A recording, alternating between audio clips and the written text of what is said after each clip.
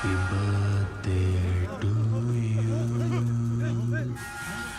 Happy birthday to দুটি cinema দিয়ে গোটা ভারতে সুপারস্টার খ্যাতি পেয়েছে কেজিএফ খ্যাত রকিং স্টার ইয়াশ।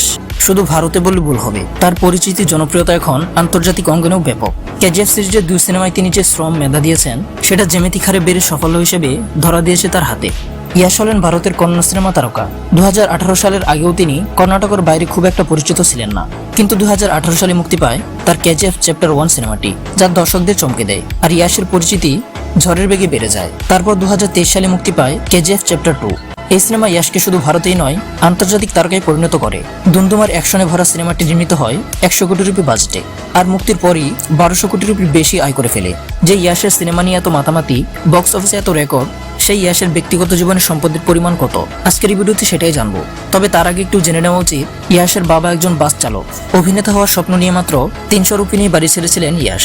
দিনের পর দিন অদম্য পরিশ্রমের পর সিনেমায় সুযোগ পান এবং কন্নড় সিনেমা তারকা হয়ে ওঠেন। কেজিএফ 2 সিনেমায় অভিনয়ের জন্য ইয়াশ 25 থেকে 27 কোটি রুপি পারিশ্রমিক নিয়েছিলেন, ফলে তার সম্পদের পরিমাণ বেড়েছে দারুণভাবে।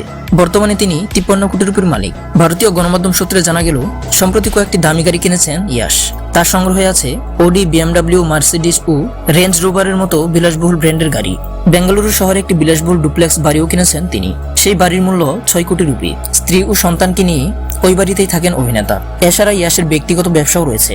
ভিলেন নামে একটি ব্র্যান্ড চালু করেছেন, যেখানে পুরুষদের বিভিন্ন রকমের সুগন্ধি, মানিব্যাগ, গলার চেইন, হাতে পরার ব্রেসলেট, সানগ্লাস, জামা কাপড় ইত্যাদি পাওয়া যায়। কেজিএফ সিনেমা ইয়াশের জীবন বদলে দিয়েছে গল্পের মতো। এর আগে তিনি একটি সিনেমার জন্য 2 থেকে 3 কোটি রুপি পারিশ্রমিক পেতেন। সেই ইয়াশ এখন কেবল বিজ্ঞাপনে মডেল হওয়ার জন্যই কোটি রুপি নিচ্ছেন। কিছুদিন আগে 10 কোটি রুপির একটি বিজ্ঞাপনের প্রস্তাব ফিরিয়ে দিয়েছেন। সামনে আসতে চলেছে কেজিএফ 3। সহজেই অনুমান করা যায় এই সিনেমার বাজেট আগের চেয়েও আরো বেশি হবে, আর ইয়াশের পারিশ্রমিক হয়তো ছুঁয়ে ফেলবে 50 কোটির মাইলফলক। তো বন্ধুরা, তুমি যদি কেজিএফ মুভি বা রকিং স্টার ইয়াশের ফ্যান হয়ে থাকো, তাহলে আমাদের এই চ্যানেলটি সাবস্ক্রাইব করে বেল আইকনটি বাজিয়ে রাখো।